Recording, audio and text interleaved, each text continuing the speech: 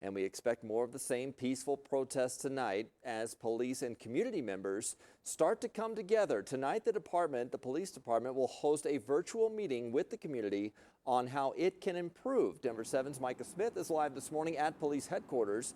And Micah, this is a continued effort for DPD and the city to strengthen its community relationship.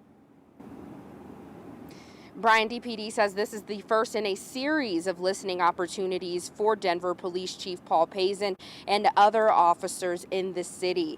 Now, this is in anticipation of that virtual town hall meeting. We did talk to several activists who say they are cautiously optimistic about today's conversation. Following days of peaceful protests, DPD has decreased its use of tear gas and rubber bullets to disperse crowds. Instead, they've mostly held back on confronting protesters, a move Chief Pazin says is due to the fact that demonstrations have remained peaceful.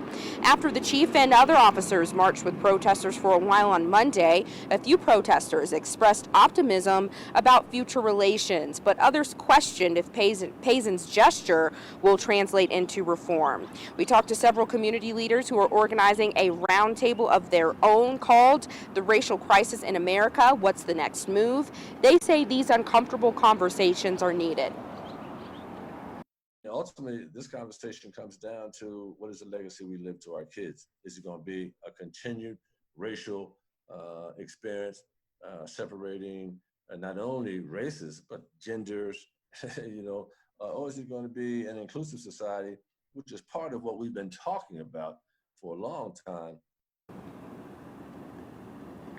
The Denver Police Department's virtual town hall will be tonight at 6 o'clock. We'll have full coverage for you right here on Denver 7. And if you're interested in that virtual roundtable to discuss race relations, that's happening at 3 o'clock this afternoon on Zoom. Reporting live in Denver, Micah Smith, Denver 7.